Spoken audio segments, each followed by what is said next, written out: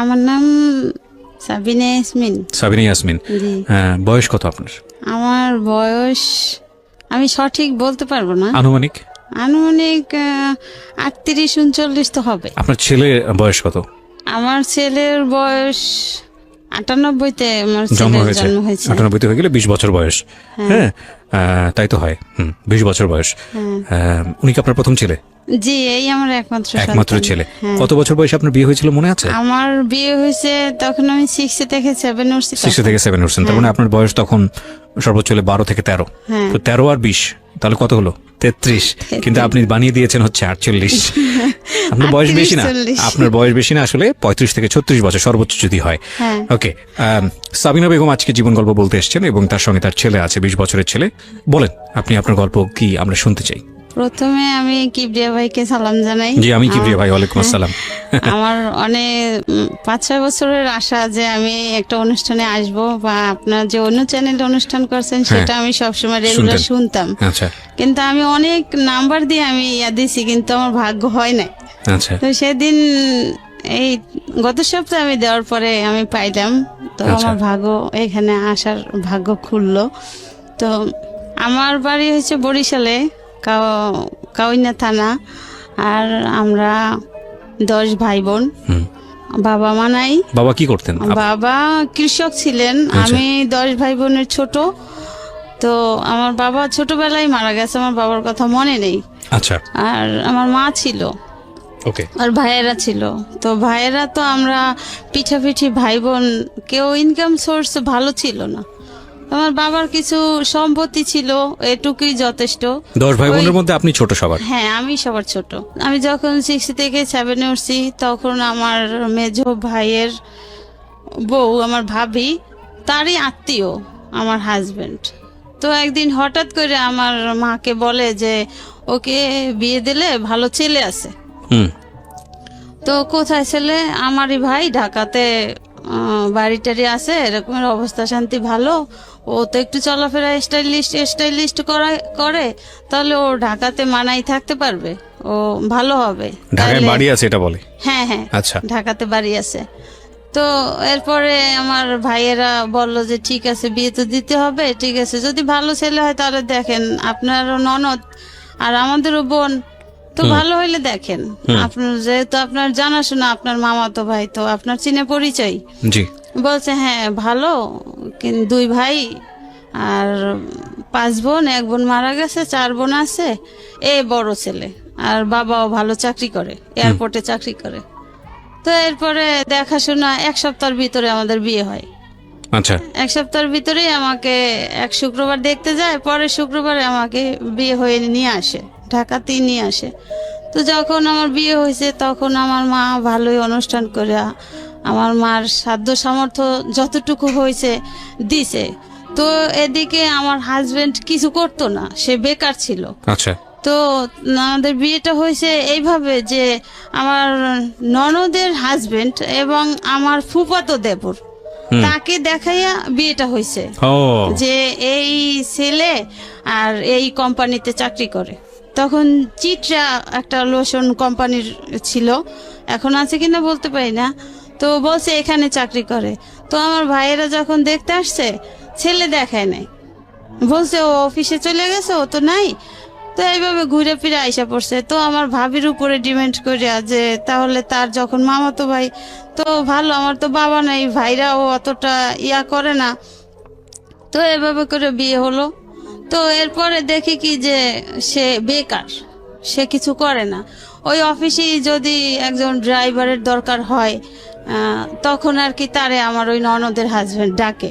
ওই অফিসে আমার ননদের হাজবেন্ড কাজ করে। তো সে ডাইকে নিত যখন আর কি লোকের দরকার হইতে এসটা। তো এইভাবে ঘোরাফেরা করে। তো আমার তো অতটা বয়স না, আমিও তো ছোট মানুষ। এরপরে এদের ফ্যামিলিও বড়, আর ঢাকা শহরে আইসা, আমি গ্রামের মেয়ে, ঢাকা শহরে আইসা আটকা পড়ে গেছি। আমার ভালো লাগতো না, আমি কান্নাকাটি করতাম। এরপরে আমাকে একবারে সে প্রথম থেকে 10 দিন পরে নিতে আয়, যে ঢাকা শহরে বিয়ে হয়েছে, এত দূরে সবাই যাব, একটা খরচের ব্যাপার স্যাপার, তো কয়েকদিন থাকুক, এরপরে নিতে আসি। তো আমার যখন নতুন অবস্থায় আমার কেমন জানি তাদের ভালো লাগতো না, এবং আমার হাজবেন্ডেরও তার মা যেটা বলতো সেটাই, মার কথা মতো। হুম। তো আমি যে তার নতুন বউ, আমার সাথে যে কিভাবে একটা আচরণ করা, কিভাবে একটা ওটা তার ভিতরে নাই। আচ্ছা। তো আমি না তখনই দেশে যেয়ে খুব কান্নাকাটি করতাম, কিন্তু কাউকে কিছু বলতাম না। তো কান্নাকাটি করতাম যে আমারে এত দূরে বিয়ে দিছে, কেমন জানি লোকটা, তো ভালো লাগে না আমার। তো আমার মা ওটা কেয়ার করতো যে আমি তো সবার ছোট, তাহলে আমি এত কান্নাকাটি কেন করি। আর আমার হাজব্যান্ডকে দেখলে আমি ভয় পাইতাম। হ্যাঁ, তো এরপরে মা জিজ্ঞাসা করতো কি সমস্যা, আমি কই আমার না যাইতে ভাল লাগে না, কেমন জানি আমার ওইখানে থাকতে ভাল লাগে না।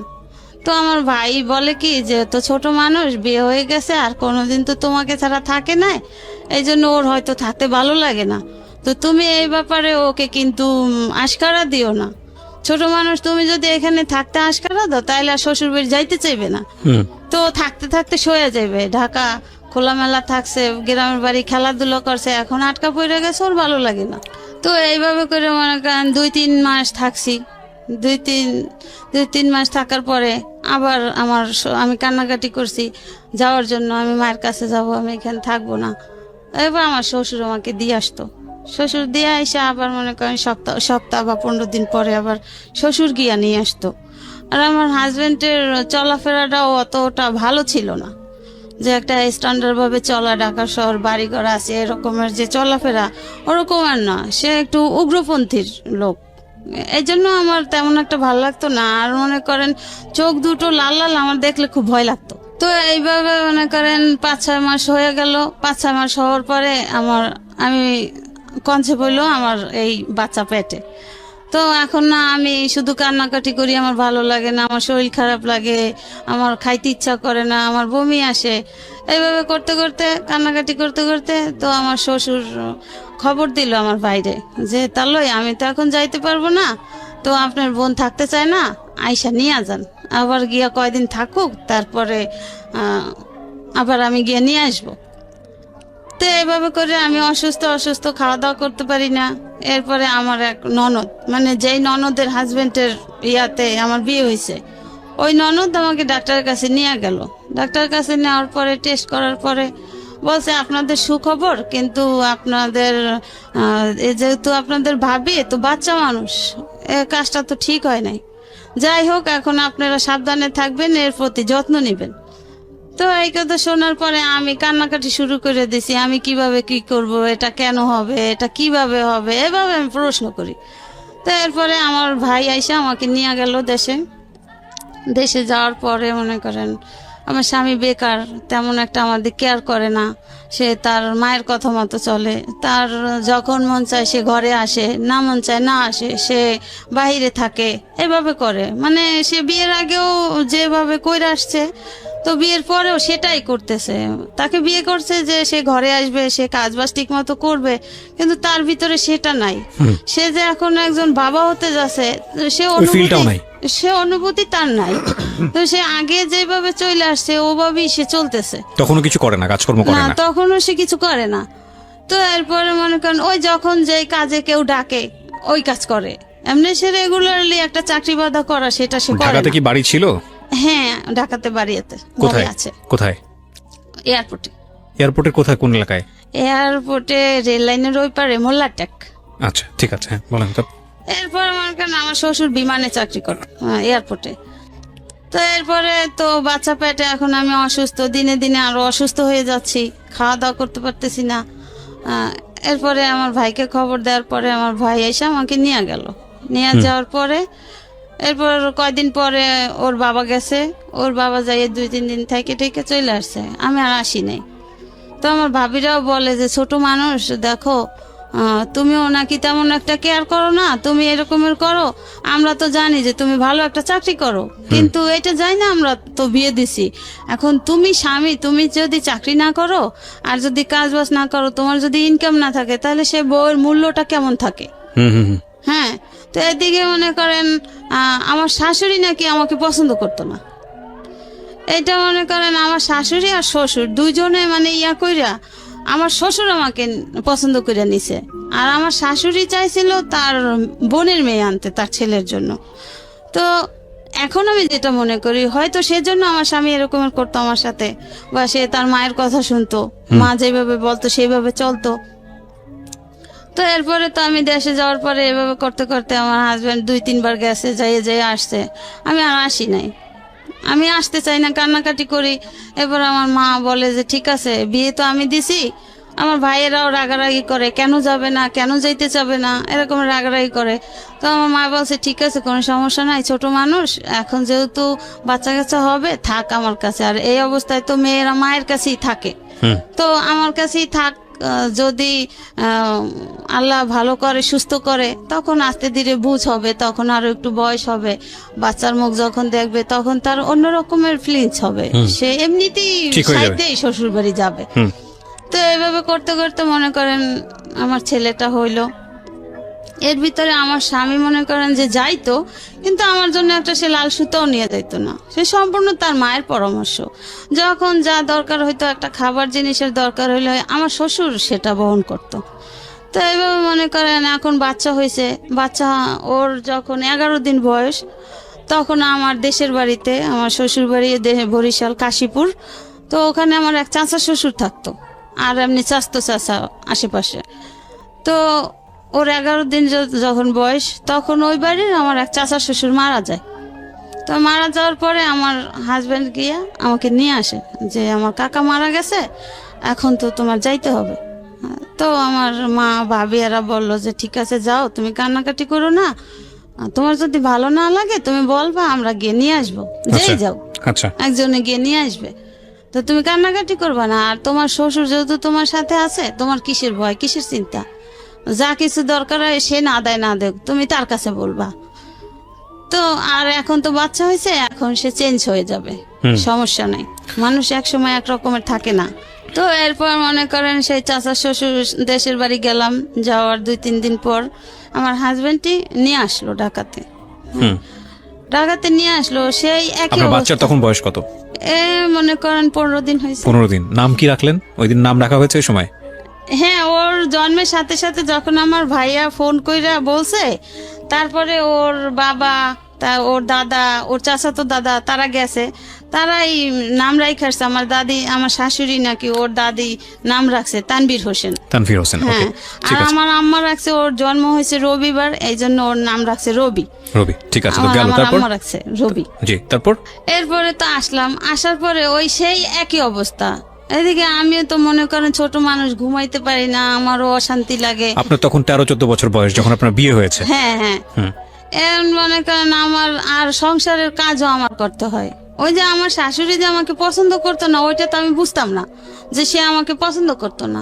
তা আমাকে আনার পরে আমার শ্বশুর বলছিল যে তো আমার আরো কয়টা মেয়ে, 4টা মেয়ে আছে, আর তুমি একটা মেয়ে, আমার মেয়েদের থেকে তোমার বয়স কম, তুমি হয়তো সম্পর্কে বড় ভাবি, কিন্তু তোমার বয়স কম, আমি সেটা মানি। আপনি ওখানে গিয়ে রান্না বান্না করে ঘর সংসার করতেন? হ্যাঁ। কতজন মানুষের রান্না বান্না করতে হতো ওখানে? মনে করেন আমার 4টা ননদ, তারপর ননদের হাজবেন্ড, তারপরে বড় ননদের 2টা বাচ্চা, সব মিলে কতজন? শ্বশুর শাশুড়ি, আমি, আমার হাজবেন্ড, এই সবগুলো মানুষের রান্না বান্না আপনার করতে হতো? হ্যাঁ, আমার করতে হতো। 13-14 বছর বয়স, খেয়াল করবেন কিন্তু, বাচ্চা আছে একটা কোলে। হ্যাঁ, তখন লাকড়ির চুলে রান্না করতে হতো। তো আমার জীবনে তো আমি মনে করেন দেশের বাড়ি থাকলেও আমি মায়ের ছোট, আবার ভাবিরা আছে, আমার তো কখনো কাজ করতে হতো না, আমি তো ঘুরতাম আর খাইতাম। এরপরে মনে করেন যে ওই রান্না করতে হইতো, যে ওই যে কাঠের লাকড়ির চুলায় যে ভুসি গাদাইয়া রান্না করে না, যে গুড়ি দিয়া, কাঠের গুড়ি, ওগুলো তো আমি পারতাম না, তো ওগুলো আমার করতে হইতো। আমি কেন রান্না বসাইতো, আমার 5 ঘন্টা আমার রান্না হইতো না, চুলা জ্বলতো না, আমি চুলা ফুগাইতে ফুগাইতে লাল হয়ে যেতাম। বুঝতে পেরেছি। আপনি গেলেন, তারপর গিয়ে দেখলেন আপনার হাজবেন্ড আগের মতোই? হ্যাঁ, আগের মতোই। তো এখন মনে করেন এখন আমার বাচ্চার দুধেও হয় না, এখন বাচ্চার আলগা খাবার খাওয়াইতে হবে। এখন আমার স্বামী তো ইনকাম করে না, কি করবে?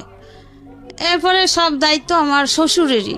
তো আমার শ্বশুরও মাঝে মাঝে আমার স্বামীকে রাগ করতো যে এখন বাচ্চা কাচ্চা হয়েছে, বিয়ে শাদী করাইছি, এখনো আমি তোরেও পালমো, তোর বউও পালমো, বাচ্চাও পালমো, হ্যাঁ যা তুই ঘর থেকে বের হয়ে যা। মানে শ্বশুর এগুলো বলতো এটা? করতো আমার, হ্যাঁ শ্বশুর বলতো, এগুলো করতো আমার শাশুড়ির উপরে রাগ কইরা, যে তোকে ভালো বানানোর জন্য বিয়ে করছি, তোর মায়ের এগেনস্টে যাইয়া তোর মা যেটা চাইছে আমি সেটা করতে দেই নাই তোর ভালোর জন্য, হ্যাঁ আর তুই এখনো সেইটাই করো।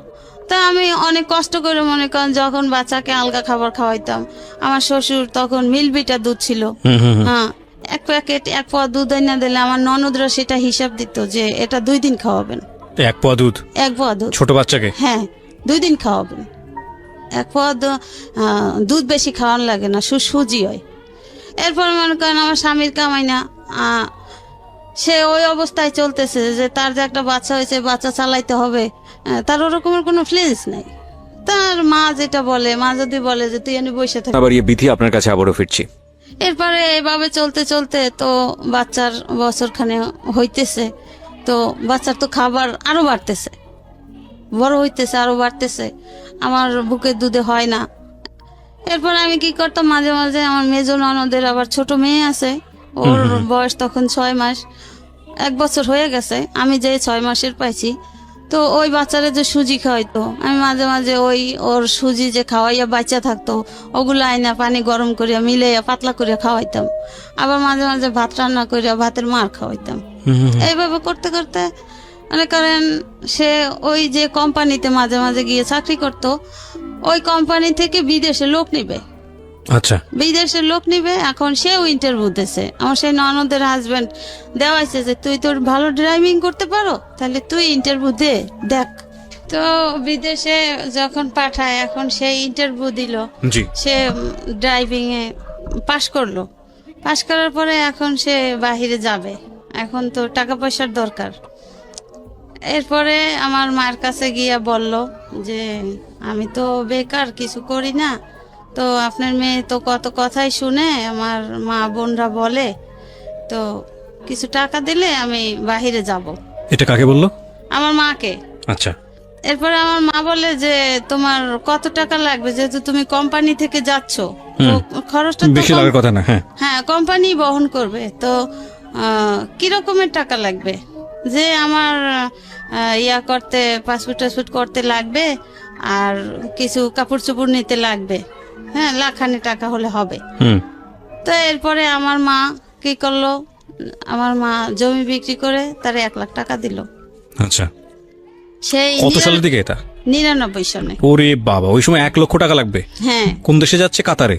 না, তাহলে কুয়েত। কুয়েতে। আচ্ছা। হ্যাঁ, তো এরপরে আমার মা বলছে যে কতদিন লাগবে, যে এখন যেহেতু আমি ইন্টারভিউতে টিকছি, আমার তো ভিসা আইসা গেলে আমি চলে যাব, তো আমি 13 নম্বর সিরিয়ালে আছি, তো তোমার কত দিনে লাগবে?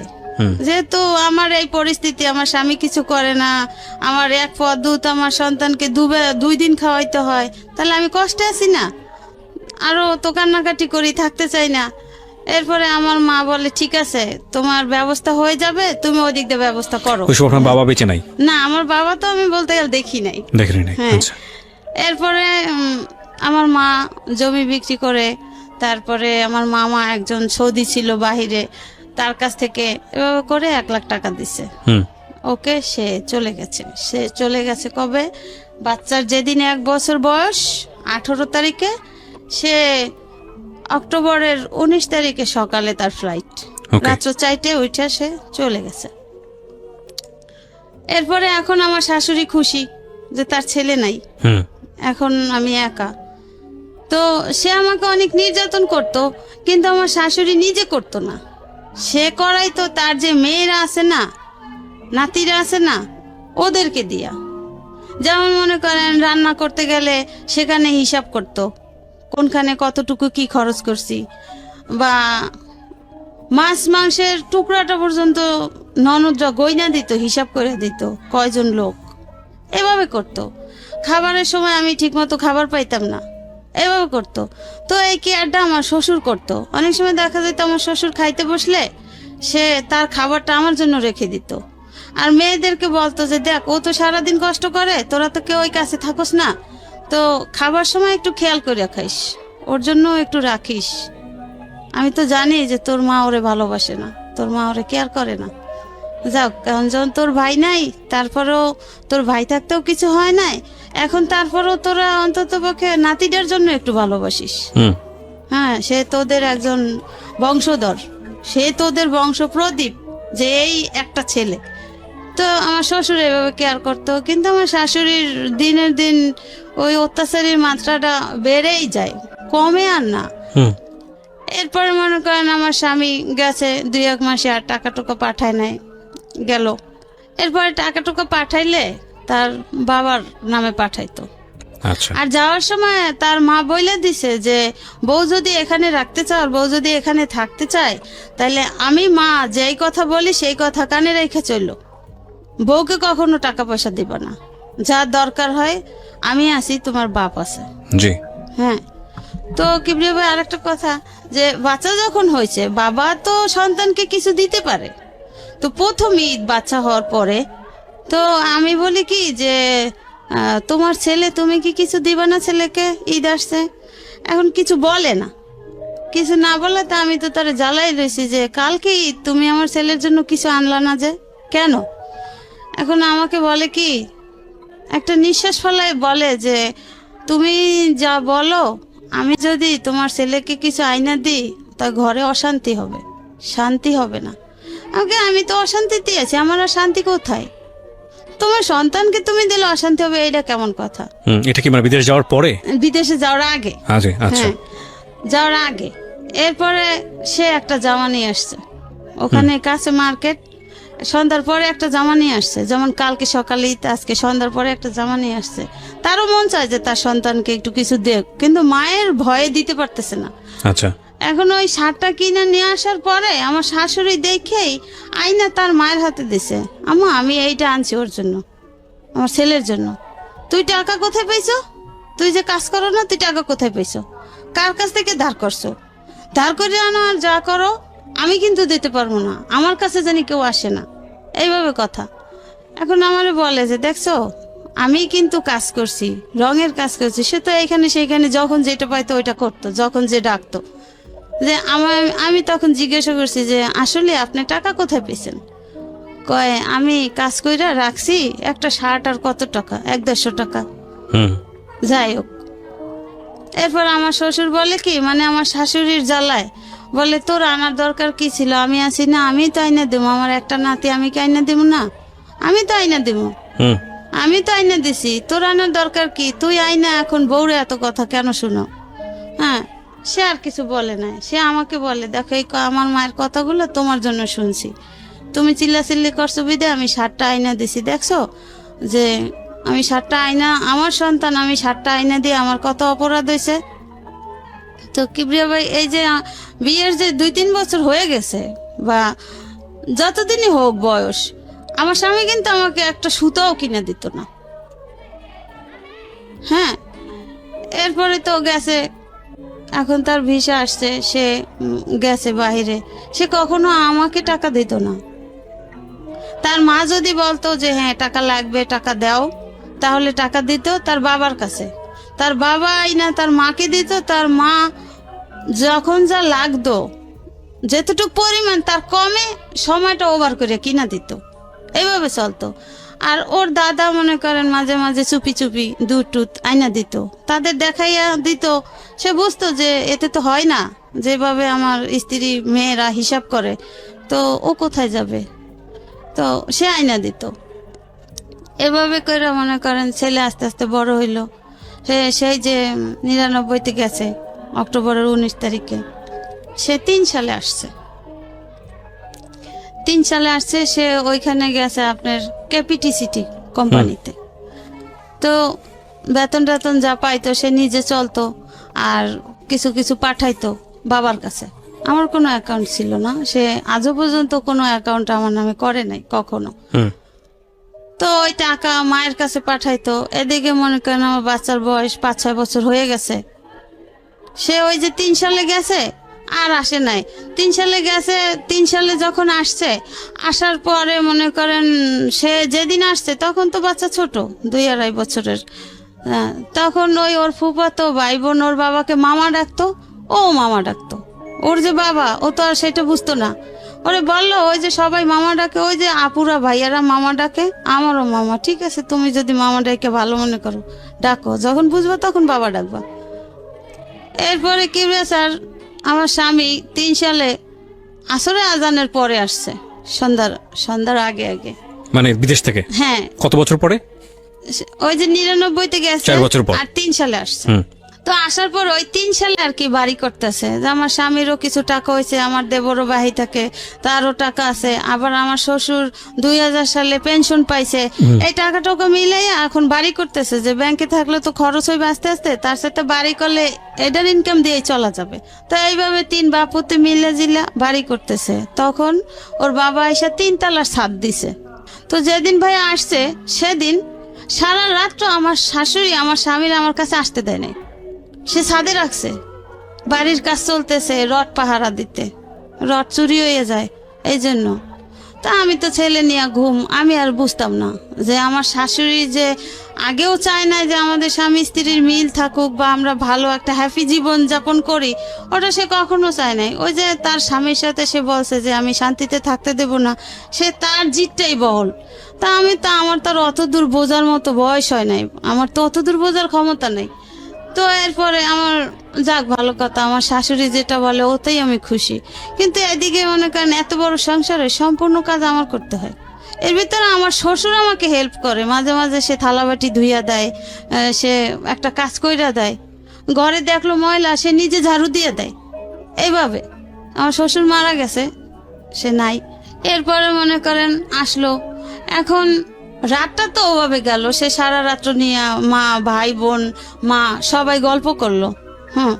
আমি তো রাতের বেলা উঠে কিছুক্ষণ পর পর দেখি সে এখনো রুমে আসে নাই। ঠিক আছে, সে তার মায়ের সাথে গল্প করে করুক, আমি আমার ছেলে নিয়ে ঘুমায় আছি। তো এরপরে এখন দেখা যায় কি যে ওই দিনের বেলাও যে মনে করেন আমার হাজবেন্ড আমার কাছে আসলে যে তার একটা ভালো লাগা, ওই জিনিসটা আমার শাশুড়ি সহ্য হয় না। তখনই সে ডাকাডাকি শুরু করে দেয়, হ্যাঁ এই কাজটা কর ওই কাজটা কর, বোর কোনো কাজ নাই, রুমে যাইয়ে ঢুকছো, এই করছো সেই করছো। তো একদিন মনে করেন বিকালবেলা আমার নিজে কানে আমি শুইনা ফেলাইছি, আমার শ্বশুর আমার শাশুড়িকে বলে যে আচ্ছা তুমি কি এরকমের বয়সের ছিলে না, তুমি ছেলেটা এত 2-3 বছর পর বিদেশ থেকে আসছে, তুমি সারা রাত্র নিয়ে রাখলা ছাদে, এরপরে এখন একটু বউর কাছে আসতে দাও না, কথা বলতে দাও না, এটা কেমন? তোমার কি এই বয়সটা ছিল না? আপনার হাজবেন্ডই বা শুনতো কেন ওনার মার কথা? মা যা বলতো সেটাই শুনতো সবসময়? মা যেটা বলতো সেটাই শুনতো, আর সে তার খালাতো বোনকে পছন্দ করতো। ও আচ্ছা আচ্ছা, ঠিক আছে। এখন মা বলতো যে ওই মেয়েই তোর জন্য আনবো, ওই মেয়েই তোর জন্য আনবো, যেভাবে এরে তারাই দিব, এরে রাখবো না। ও ওকে। হ্যাঁ, এটা তোর বাপের পছন্দ, আমার পছন্দতে আমি তোরে বিয়া দেব, আমি ওই মেয়েই আনবো, আমার বোনের মেয়েই আনবো তোর জন্য। তো এইভাবে এই জন্য এইটা মনে করেন কিবরিয়া ভাই আমি অনেক পরে জানতে পারছি। ওকে। ওই যেই মেয়ে পছন্দ করতো ওই মেয়ের কাছ থেকে। ঠিক আছে, তারপর কি হলো? শ্বশুর বলল মনে করেন দিনের বেলা সে এরকমের করতো। এরপরে সে মায়ের সাথে রাগ কইরা আমার দেশের বাড়ি চলে যায়, আমাদের বাড়িতে। মায়ের সাথে ঝগড়াঝাটি কইরা যে আমার মা কেন এমন করে, আমি এত বছর পর বিদেশ থেকে আসছি, আমার মা তো আমার বউয়ের সাথে মিশতেই দেয় না, কারণটা কি? সে আমি আমার বউয়ের পাশে বসলো আমার মায়ের জ্বালা হয়ে যায়, কেন এমন কেন করে? এসে রাগ করিয়া আমার মায়ের কাছে গেছে, যাইয়ে বলছে যে আম্মা এই ব্যাপার, আমি রাগ করে আসছি। মনে করেন বিদেশ থেকে আসার 3-4 দিন পরে।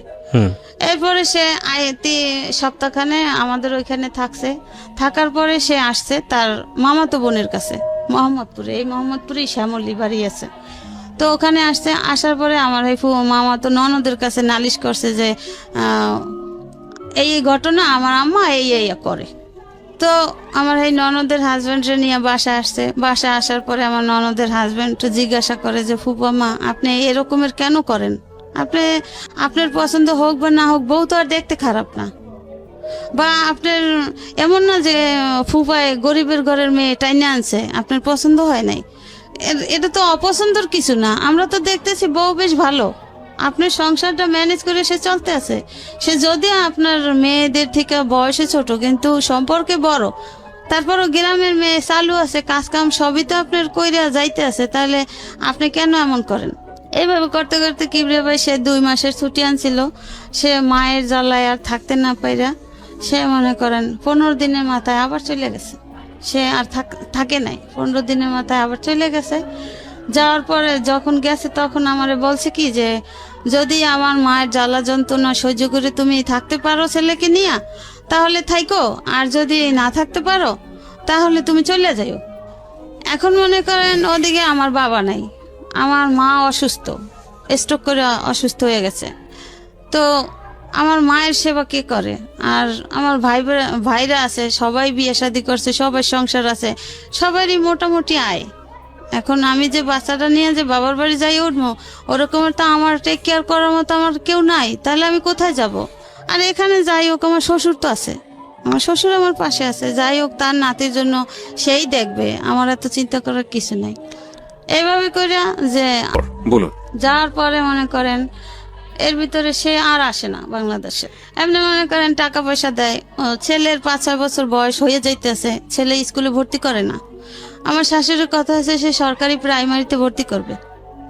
আর আমি বলি কি যে আপনার মেয়ের ঘরের নাতিরা তারা ভালো ভালো স্কুলে পড়ে, কলেজে পড়ে, তো আমার ছেলেটা কেন প্রাইমারিতে পড়বে? তার ঢাকা শহরে বাড়ি আছে, তার বাবা বিদেশে টাকা ইনকাম করতেছে, তো কেন সে প্রাইমারিতে পড়বে? তাকে একটু ভালো স্কুলে ভর্তি করা যায় না? আমি আমার ছেলেকে ভালো স্কুলে ভর্তি করব, আমি প্রাইমারিতে দেব না। এইভাবে করতে করতে মনে করেন ওর যখন 6 বছর বয়স তখন স্কুলে ভর্তি করে। এখন দেখে যে আশেপাশের মানুষও খারাপ বলে, ওর সাথে যত বাচ্চারা তাদের স্কুলে দেয়, ওকে স্কুলে দেওয়া হচ্ছে না। এরপরে ওকে সেই বাড়ির কাছেই কেজি স্কুলে দেয়, মোল্লারটাক স্কুল, ওই স্কুলে দেয়। দিলেও মনে করেন যে ওর বাবা যে টাকা পয়সা পাঠায়, ওর কোনো এক্সট্রা খরচ তারা দেয় না। স্কুলে মাস গেলে বেতন হইলে মনে করেন বেতনের বই দেখে তারা লেখা হিসাব করে তারা টাকা দেয়। এইভাবে করে, যাই হোক এইভাবে করতে করতে করতে করতে ওর বাবা তো ফোন দেয়, কথা বলে। হ্যাঁ, এর ভিতরে মনে করেন আগে তো চিঠির যুগ ছিল, ফোন টোন ছিল না, চিঠি দিতাম। তো ওই চিঠি দিলে তাদের কাছে চিঠি আসলে ওই চিঠি তারা পড়তো, তারপর আমাকে দিত যে চিঠিতে ছেলে কি লেখছে, আবার টাকা টোকা দিচ্ছে কিনা। এভাবে তারা পয়রা চিঠি দেখা তারপর আমাকে দিত। যদি প্রয়োজন মনে করতো যে হ্যাঁ চিঠিটা দিব, তার স্বামী দিছে, তাহলে দিত। আর যদি প্রয়োজন না মনে করতো তাহলে তারা আমাকে বলতো না যে চিঠি আসছে। তো আবার নেক্সট টাইমে যদি 1 মাস 2 মাস পর আবার চিঠি দিত, তখন চিঠিতে বলতো যে তোমাকে আমি গত মাসে চিঠি দিলাম, তুমি তো চিঠি রিপ্লাই করলা না কেন? তা আমি তো জানতাম না। আমি আবার চিঠি দিলে তখন বলতাম যে আমি তো কোনো চিঠি পাই নাই, আমি তোমার চিঠির জবাব কিভাবে দিব? তো এইভাবে করতে করতে আমাদের ঘরেও ফোন আসছে, ল্যান্ড ফোন। তো ল্যান্ড ফোনে কিবরিয়া ভাই এরা করতো কি যে আর এক রুমে আর একটা ফোন লাগাইতো। ও মানে আরিপাত্ত। হ্যাঁ, ফোন লাগাইতো। তো আমি না লজ্জায় কিছু বলতাম না। তো কেমন জানি ওই যে আমাদের ঘরেরই বাচ্চারা হইচই করতো, ওই শব্দ পাইতাম। তা আমি বলতাম কি আচ্ছা আমি আপনি করে বলতাম, তো আপনি তো বিদেশে গেছেন সেই কত বছর হয়েছে আর আসেন না, তাহলে কি আপনি ওখানে বিয়ে টি করছেন নাকি? এই যে বাচ্চাদের হইচই শোনা যায়, তাহলে ওখানে আপনার বাচ্চারা আছে চেঁচামেচি করতেছে। তা হাইসা দিত, বলতো যা পাগল কি বলো? আমাকে হ্যাঁ এই যে বাচ্চাদের শব্দ হয়। কয় না হয়তো তোমার ওখানে হয়তো ওরা ও মানে বাচ্চা শব্দটা আপনার ফোনে চলে আসতো, পাস হইতো ওই যে পাশ থেকে আরিপাতে। পাশের হ্যাঁ রুমে, শুনতো। হ্যাঁ, বুঝতে পেরেছি। তো এর ভিতরে একদিন আমি আর ওইটা বুঝতাম না, ওই বাচ্চাদের চেঁচামেচি ওইটাই শুনতাম, তারে প্রশ্ন করতাম, আমি আর কিছু বলতাম না। এরপরে আমার এক ভাগ্নি বলে যে মামি তুমি মামার সাথে কি বলো, আমার আম্মু খালামণিরা সব শোনে। আমি কোথায় শোনে?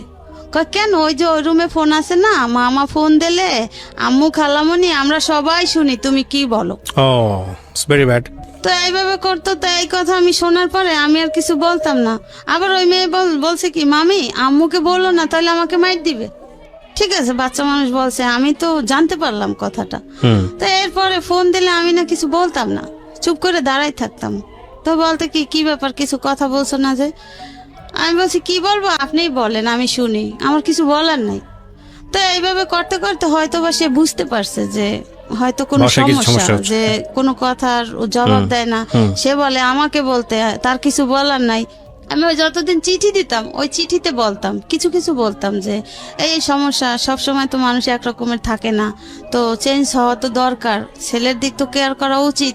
আমি আর কত কথা শুনবো, আমি আর তোমার ঘরের কাজের লোকের মতো কাজ আমি কতদিন করব? আমি তো তোমার স্ত্রী, আমার তো একটা সম্মান আছে, আর তোমার বাড়ি আছে, ঘর আছে, টাকা আছে, পয়সা আছে, আমি কেন এমন থাকবো? আমাকে তো তোমার এইভাবে রাখা উচিত না। আমি চিঠিতে এইভাবে বলতাম, কিন্তু ফোনে আর কিছু বলতাম না। এরপরে যখন মোবাইলের যুগ আসলো, সে তো আর বাংলাদেশে আসে না, তো তার বাবা সবসময় বলতো যে তুমি আসো না কেন, আসো, বিয়ে শাদী কইরা গেছো, একটা বাচ্চা আছে, বাচ্চাও তো দেখার দরকার আছে, বা বউ রাইখা গেছো, এভাবে কি মানুষ বিদেশে থাকে? হ্যাঁ, আসো, আইসা বেড়াই যাও, ঘুরে যাও, ছেলেকে দেখে যাও। হ্যাঁ, এইভাবে বলতো। আর আমার শাশুড়ি ফোনে কথা বললে বলতো কি, তুই বাংলাদেশে আসবি না, তোর Okay. ওখানে কি কোনো কিছুর অভাব আছে? তুই বাংলাদেশে এসে কি করবি? তোর বাংলাদেশে আসার দরকার নাই, তোর বউ বাচ্চা ভালো আছে, আমি আছি না, তোর বাপে আছে না, তোর আসার দরকার নেই। তো এইভাবে করতে করতে সে 8-9 বছর হয়ে গেছে, সে বাংলাদেশে আসে না। 8-9 বছর? হ্যাঁ, যখনই আমি বলি কি ব্যাপার, তোমার ছেলে বড় হয়েছে, তো তুমি কবে আসবা বাংলাদেশে? তো এভাবে কি এক ছেলেই থাকবে? এটার কি কোনো ভরসা? দেখতে কি ইচ্ছা করে না? এটা কেমন জীবন? আমি এইভাবে বলতাম, বলতে হ্যাঁ আসবো আসবো, এই বছর না, আগামী বছর আসবো। আর যখন ওর মার সাথে ওর বাবা বলতো আসতে, কিন্তু ওর মা বলতো আসার দরকার নেই, আসবি না তুই, আমি তোরে বলছি তুই আসবি না। তার মানে এইভাবে থাকতে থাকতে বউ একসময় চলে যাবে, বউ থাকবে না। ও ওকে। আমার শাশুড়ির চিন্তাধারা এটা। হুম। তো আমার চিন্তা হয়েছে যে আমার তো ছেলে আছে, আমি আমার সন্তান ফেলাই কোথায় যাব? আর আমার বাবার বাড়ি তো বাবা মাও অসুস্থ, বাবা নাই, আমি কার কাছে যাব? ভাবিদের কথা কেন শুনবো? তার সাথে বরং স্বামীর বাড়ি আছি, ভালোই আছি, সবাই জানে আমি ঢাকা শহরে ভালোই আছি, কিন্তু আমার ফ্যামিলিগত কিভাবে আছি, আমার অন্তরে কতটা সুখ আছে, সেটা তো আমি অন্তর জানে আর আল্লাহ জানে। তো এইভাবে করতে করতে মনে করেন এই দেখে যে আমি ফোনে কথা বলতে পারি না, হ্যাঁ, ফোনে কথা বলি না। এরপরে সে আমাকে একটা মোবাইল দিবে, মোবাইলের যুগ যখন আসছে। এরপরে এখন ওর মা বলে কি যে না, মোবাইল দিবি না, তুই মোবাইল দিবি আর তুই ওই ফোনে টাকা খরচ করে বললাগে হারা রাত দিন কথা বলবি, বললাগে কথা বলার দরকার নেই। কি কথা বলবি, ফোনে কথা বলো না? তখন সে বলে কি যে ও তো ফোনে কোনো কথাই বলে না, তা আমি কি করবো? ওর সাথে তো আমার কথা বলতে ইচ্ছা করে, আমার ছেলের সাথে তো আমার কথা বলতে ইচ্ছা করে। এরপরে কি ভেবে আমাকে একটা ফোন দেয়, ওই যে কালো নোকিয়া মোবাইলগুলো যখন বের হয়েছিল, একটা ফোন সে পাঠায় দেয়, তার ওইখান থেকে একটা লোক আসে, সে ওই লোকের মাধ্যমে সিম টিম কিনা সে পাঠায় দেয়, ওকে কইরা দেয় যে আমার যে কিনতে না হয় বা ফোনটা অফ না থাকে, এভাবে কইরা। তো এভাবে করে মনে করেন আমি তখন মোবাইল চালানো বুঝি না, হ্যাঁ, তো ওই ফোনটা নিয়ে আমার ননদের মেয়ে ব্যবহার করতো। ওকে। ও ননদের মেয়ে ব্যবহার করতো, বা রাত বিরাত সবসময় ওর কাছেই ফোনটা থাকতো। ম্যাক্সিমাম ভাগই যদি ওর বাবা ফোন দিত তাহলে ফোনটা রিসিভ করতো ভাগ্নি। তো ওই ফোনে মনে করেন সে মেয়ে কলেজে পড়ে, ভার্সিটিতে পড়ে, সে মেয়ে আমার ফোনে কথা বলে বিভিন্ন রকমের ছেলেদের সাথে। তা আমি তো ওগুলা আমি মনে করি ও ভাগ্নে, ওর মোবাইল নাই, ঠিক আছে, আমার তোর মোবাইলের প্রয়োজন হয় না, ওর মামা ফোন দিলে তো আমাকে দিবি। তো এরপর আমাকে একদিন বকাঝকা করে ওর বাবা যে ফোনটা দিছি আমি আমার প্রয়োজনে তোমার সাথে কথা বলার জন্য, যখনই আমি রাতের বেলা ফোন দেই তখনই আমি তোমার ফোন পাই ওয়েটিং, আর ফোন পাই ভাগ্নির কাছে, কেন? আমি বলছি যে দেখো আমি তো ফোন চালাইতে পারি না, আমি তো বুঝি না, আর ফোনটা তো ওর তো ফোন নাই, ও আমার ফোনটা ও ব্যবহার করে, তাহলে সমস্যা কি? কোনো সমস্যা তো নাই, ফোন দিলে তখন তোর কাছে থাকলেও অবশ্যই আমাকে দিবে যে তুমি ফোন দিছো। তো ও ঘুমাইতো এক রুমে, আমি ঘুমাইতাম আর এক রুমে। এরপরে ওরা একদিন বলি কি যে লিসা, তোমার মামা এরকম আমার রাগারাগি করছে, ফোনটা যেহেতু তোমার কাছে থাকে, থাকুক ভালো কথা, তুমি এখন থেকে আমার কাছে ঘুমাইও, আমার কাছে ঘুমাইলে তো ফোনটা তো যখন তোমার মামা ফোন দেবে তখন নাইলে আমি কথা বললাম, আর সারাক্ষণ তোমার কাছে থাকলো, কোনো সমস্যা নেই। এরপরে ভাইয়া এখন তো ফোন দিলে ঠিকই ও আমার কাছে ঘুমায়, আমার সাথে কথা বলে, কিন্তু আমি তো টের পাই যে ওই মেয়ে কথা বলে। এখন আমার তো কিছু করার নাই, যেহেতু আমি আমার স্বামী তো আর আমার অতটা কেয়ারিং না, আমি তাদের বাধ্য স্বীকারোক্তি, আমি তাদের কথা মতো আমার চলতে হয়। জি, ভালো কথা। এরপরে মনে করেন আস্তে আস্তে আমার শ্বশুর এক সময় অসুস্থ হয়ে যায়, সে ক্যান্সারে আক্রান্ত হয়, তার 3-4 বার করে অপারেশন হয়। এরপরে সে এখন বলতে গেলে তাকে বলা হয় যে তোমার বাবা অসুস্থ, তুমি আসো, যে বাবাও রিকোয়েস্ট করে কিন্তু সে আসে না, কিন্তু তার মা তাকে পারমিশন দিচ্ছে না যে সে আসবে। আমি বলি যে দেখো, মইরা গেলে হয়তো আর কোনোদিন দেখবা না, হ্যাঁ অন্তত আইসা যাও একবার, আইসা গেলেও তো বাবারে দেখে গেলে, এরপরে মইরা গেলেও আফসোস থাকবে না, কিন্তু সে তো আফসোস করে, আসো। এদিকে ছেলেও মনে করেন 5 পাস করে ফেলাইছে, 6-এ পড়ে। ওরে বাবা, সে তো বাবাকে দেখতে চায়। হ্যাঁ, ছেলে তো মনে করেন ওই যে 2.5 বছর রাইখা গেছে ছেলে, 3 সালে ওই যে মা এরকম করছে দেখে 15 দিন থাইকা চলে গেছে, তখন তো বইলে গেছে আমি আর আসবো না, যদি পারি নিয়ে যাব বউ বাচ্চা, না তার আসবো না। হ্যাঁ, এই অবস্থা। ঠিক আছে, ভালো কথা। এখন তারে ফোনের পর ফোন করা হয়, সে আসে না, সে আসে না। না আসাতে আমাকে বলে কি যে এই তো আমি আগামী মাসের 15 তারিখ আসতেছি। আমি তো মহা খুশি, সবাই খুশি, আসতেছে, ভালো কথা। সে আসে না। না আসাতে ওদিন লাস্ট ডেট মনে করেন ডিসেম্বর মাসে, 11 সালের ডিসেম্বর মাস, তো আসার কথা, আসে নাই। এরপরে ওরে তার এক রুমের এক লোকের নাম্বার ছিল আমার কাছে, তার নাম্বার না পাইলে আমি ওই লোকের নাম্বারে কল দিতাম যে সে কোথায় আছে, কেন ফোন ধরে না, কেন ফোন দেয় না, টাকা পয়সা ঠিক মতো দেয় না, ছেলের বেতন দিতে হবে, এভাবে করে ওই লোকের মাধ্যমে মাঝে মাঝে যোগাযোগ করা হইতো। তো এখন হ্যাঁ ওর বাবার ফোনে ফোন দিতে আসি, কিন্তু ফোন বন্ধ। কি ব্যাপার, তাহলে সে আসার কথা বললো, সে কি কোনো পথে ঘাটে অ্যাক্সিডেন্ট হলো না কি হলো, একটা টেনশন না, যে তারিখ দেওয়া যে এই তারিখে সে আসতেছে। এরপরে সে আসতেছে না। এখন আমার ননদের হাজবেন্ড বলে কি যে আপনার কাছে কি অন্য কারোর নাম্বার আছে? আমি বলছি কি হ্যাঁ, তার এই রুমের একজন লোক আছে, তার নাম রশিদ, তার নাম্বার আছে। আমি তো মাঝে মাঝে তারে না পাইলে এই নাম্বারে কথা বলি, তার কাছে জিজ্ঞাসা করি, খোঁজ খবর নেই। এরপরে ঠিক আছে নাম্বারটা দেন। এই নাম্বারটা দিলাম সেই 12 সালে ফেব্রুয়ারি মাসে। আচ্ছা। সে এরপর আমার ননদের হাজবেন্ড ফোন দিল ওই লোকের কাছে ফোন দিল। তখন আমার হাজবেন্ড রুমেই আছে, একই রুমে আছে। ওই যে সে আসার কথা তারিখ দিছে, সে আসে নাই, তো না আসাতে এখন বকাঝকা করবে না, রাগ করবে না, এই জন্য সে আর ফোন ধরে নাই। ফোন না ধরাতে আমার ওই ননদের হাজবেন্ড বললো কি যে ওকে বললেন যে ওর বাবা মারা গেছে, ওর আর আসতে হবে না, ও যখন খুশি তখন জানি বাংলাদেশে আসে। ওকে। হ্যাঁ, এই কথা বলার পরে সে চিৎকার দিয়ে উঠছে যে সত্যি আমার বাবা মারা গেছে। এখন আমিও তো পাশে, তখন আমি বলি কি ওই শোনেন না, আপনার ভাই কিন্তু কাঁদতে আছে, অবশ্যই আপনার ভাই রুমে আছে। ওই লোকের জিজ্ঞাসা করে রশিদ ভাই আপনার কাছে কি ও আছে, মনির আছে? বলে হ্যাঁ আছে। আপনি না বললেন যে নাই? বলে এই যে মাত্র রুমে ঢুকছে, আপনি কথা বলতেছেন, এই কথা শুনে এসে রুমে ঢুকেই চিৎকার দিছে। বলে ঠিক আছে, ওকে বলেন, শান্ত হইতে বলেন যে ওর বাবা এখনো মুমূর্ষ অবস্থায় আছে, হয়তো বা ওর জন্য পরানরা অপেক্ষা করে, ওকে 2-1 দিনের ভিতর পাঠাই দেন। এরপরে মনে করেন তাকে ওই লোকটা তার টাকা টোকা দিয়া তাকে পাঠাই দিল। সে ফেব্রুয়ারি মাসে 17 তারিখ আসলো বাংলাদেশে, 12 সালে। সে যে 3 সালে গেছে আর 12 সালে আসছে। আয়সা দেখছে তার বাবা খুবই মুমূর্ষ, মানে ক্যান্সার রোগী। তো 17 তারিখ আসলো, তা মার্চ মাসে 3 তারিখ তার বাবা মারা গেল। ও ওকে, বাবা মারা গেল।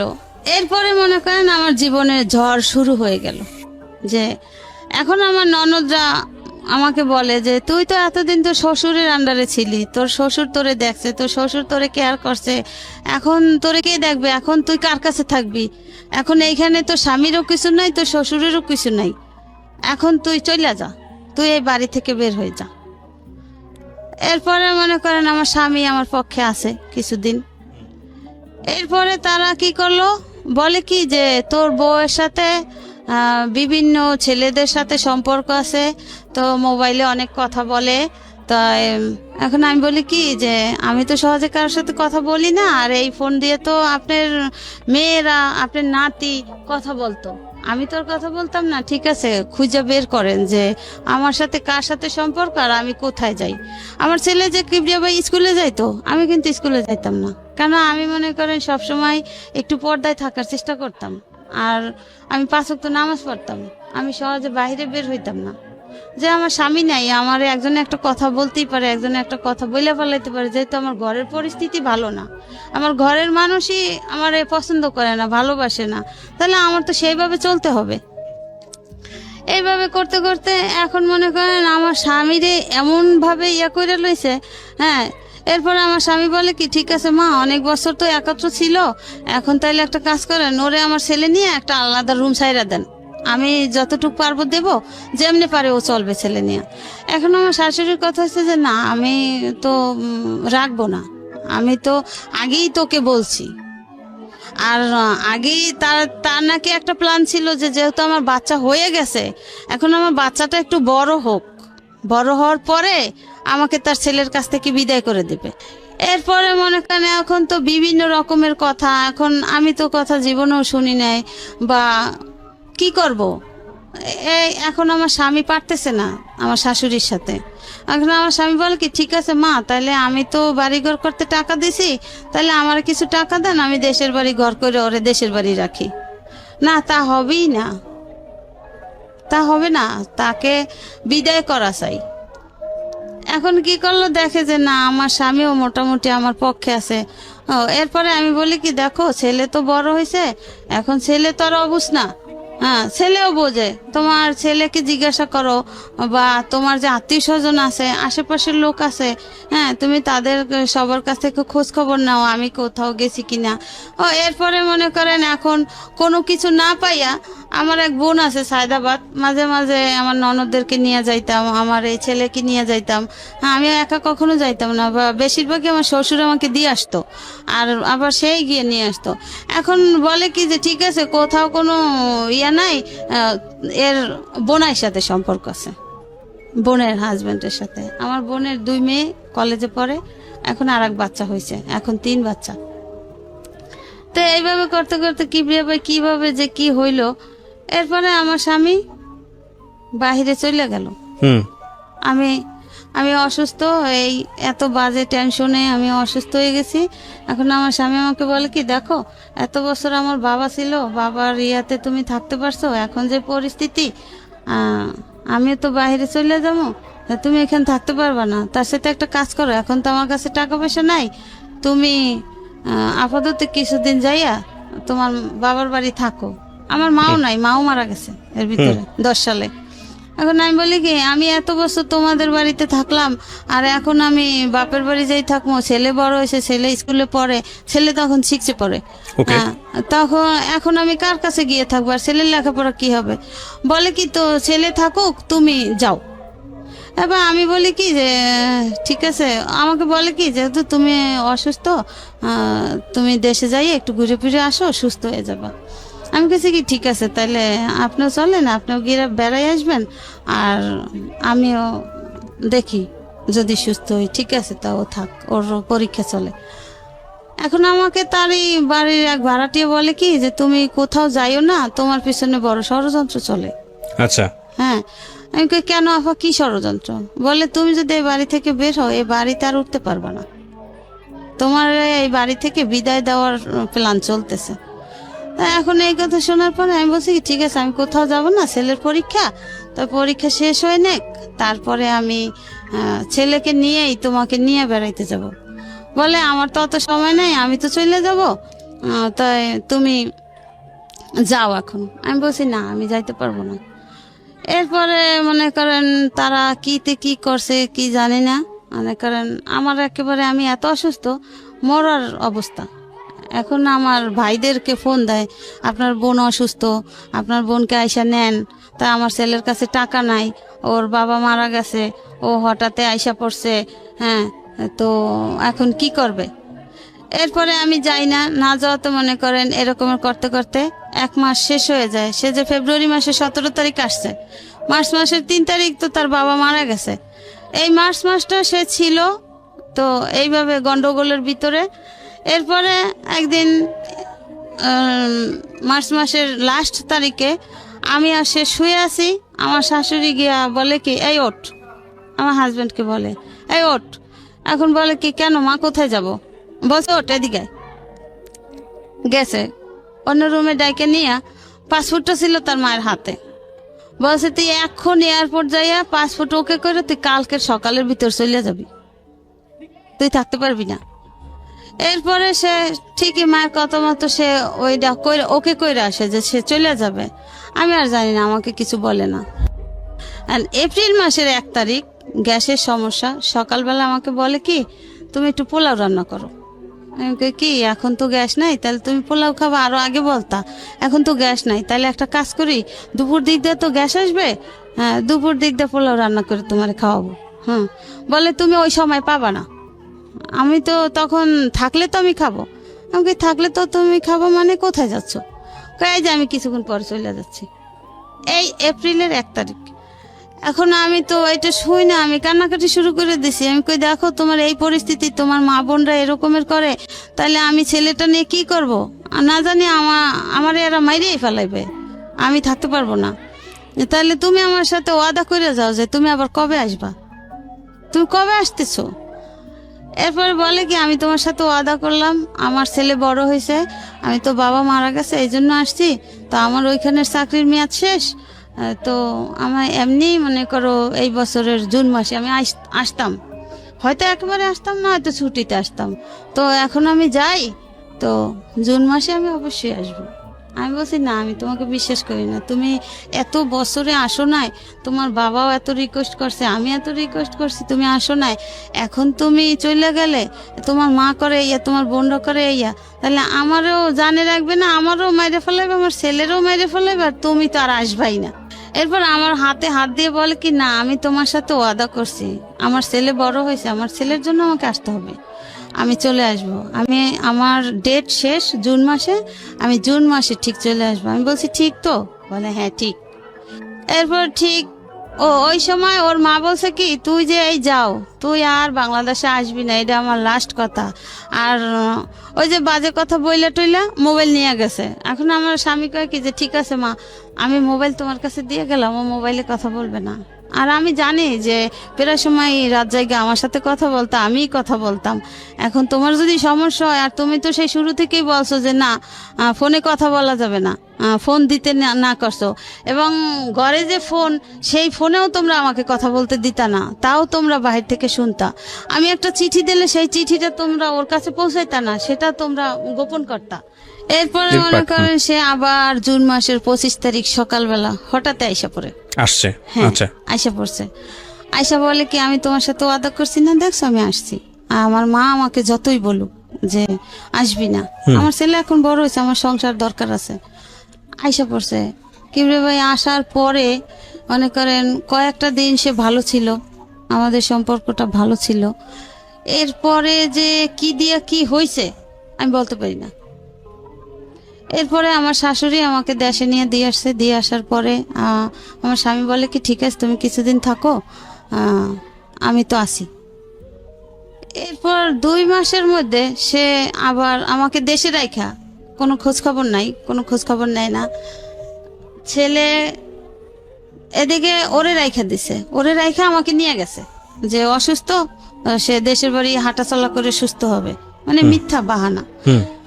এরপরে যাওয়ার পরে ছেলে রাইখা দিয়েছে। ছেলে রাইখা দেওয়ার পরে মনে করেন সন্ধ্যার পরে ওর যে ফুফাতো ভাই, ওকে বলে যে তোর মায়ের তো বাড়িতে বের করছি, এবার তুইও যা, তুই যেদিক পারো সেদিক যা, তুই তোর মায়ের সাথে যাও নাই কেন? তো ওরে তো নেয় নাই। ওরে বলছে কি যে আমি ওকে বলছি বাবা তুমি থাকো, আমি কয়েকদিন পর আসবো, আমি তো দেখো অসুস্থ। তো অসুস্থটা কি ভাইয়া, আমার এদিকে ডায়াবেটিস ধরা পড়ছে, তো এই জন্য আমি খুব উইক, ক্লান্ত হয়ে গেছি। এরপরে দেশে থুই শেষে কিছুদিন পরে আগস্টে না জানি অক্টোবরে আমার দেশে দিয়ে আসে। হ্যাঁ, আমার আবার জন্ডিজও হয়েছে। এইসব মিলে জিলে আমাকে দেশে দিয়ে আসে তার মায়ের সাথে নিয়ে। তারপরে দেশে দিয়ে আসার পরে আমাকে ডিসেম্বর মাসে সে চলে যায়। সে আমাকে যেদিন চলে যায় সেদিন আমাকে ফোন দিয়ে বলে কি যে আসসালাম তো সংসার করার জন্য, বাংলাদেশে আর থাকতে পারলাম না, আমি চলে গেলাম, তুমি ওখানেই থাকো। হ্যাঁ, এটা বললে চলে গেছে। আর তার কোনো খোঁজ খবর নাই, সে কোনো খোঁজ খবর নেয় না।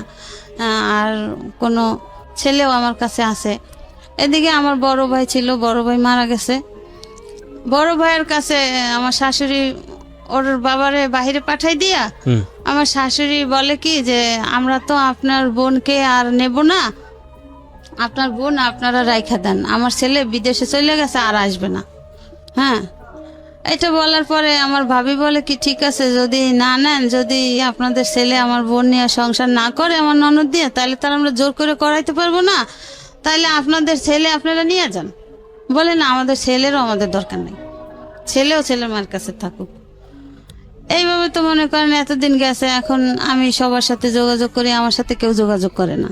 সবার ফোন দিলে ফোন কাইটা দেয়, বা তখন ঘরে টিএনটির লাইন আছে, ফোন দিলে ফোন ধরে না। এরপরে মনে করেন সে চলে যায়, এই কথা বলে, আর কোনো খোঁজ খবর নাই। আমার শাশুড়ি এই কথা বলে। হ্যাঁ, এবার ঠিক আছে, আমার ভাইরা বলে কি ঠিক আছে তুই তো অসুস্থ, ঠিক আছে থাক, দেখি ও আবার বাংলাদেশে আসুক, কবে আসে। এরপরে তারা বলে কি আমার শাশুড়ি আমার বড় ভাইকে ফোন করে বলে কি যে আমার ছেলে তো আপনার বোনকে নিয়ে সংসার করবে না, আপনি আমার ছেলে ডিভোর্স দিয়ে দিয়েছে, আপনি আয়শা নিয়ে যান। তখন আপনার ছেলে কোন ক্লাসে পড়ে? আমার ছেলে তখন 6-এ প্রথম সেমিস্টার পরীক্ষা দিচ্ছে। আচ্ছা, সে 12 সালে। ওকে। হ্যাঁ, এরপরে মনে করেন আমার ভাই কয় এটা কি ধরনের কথা। এটা ফোন করে কে ফোন করে বলছে? আমার শাশুড়ি। শাশুড়ি ফোন করে বলছে? হ্যাঁ, ওর দাদি। ওকে। আর আমার স্বামী তো সেই ডিসেম্বর মাসের তারিখটা আমার মনে নাই, সে ফোন করে বলছে যে আসসালাম থাকতে, আর থাকতে পারলাম না মা বোনের জ্বালায়, তুমি ওভাবে থাকো আর আমি চলে গেলাম, আমার জীবনে সুখ নাই। এই কথা বললে সে মানে বাহিরে গিয়ে আমাকে ফোনটা দিছিল, বাংলাদেশে থেকে আর ফোন টোন দেয় নাই।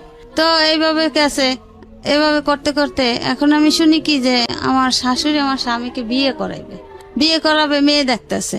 ডিভোর্সটা হয়ে গেছে? না, এর ভিতরে আমি কোনো কাগজপত্র কিছুই পাই নাই। আচ্ছা। তো আমার এদিকে আমার এক খালাতো ভাসুর আছে, এই মিরপুরে বাড়ি, সে একজন লয়ার।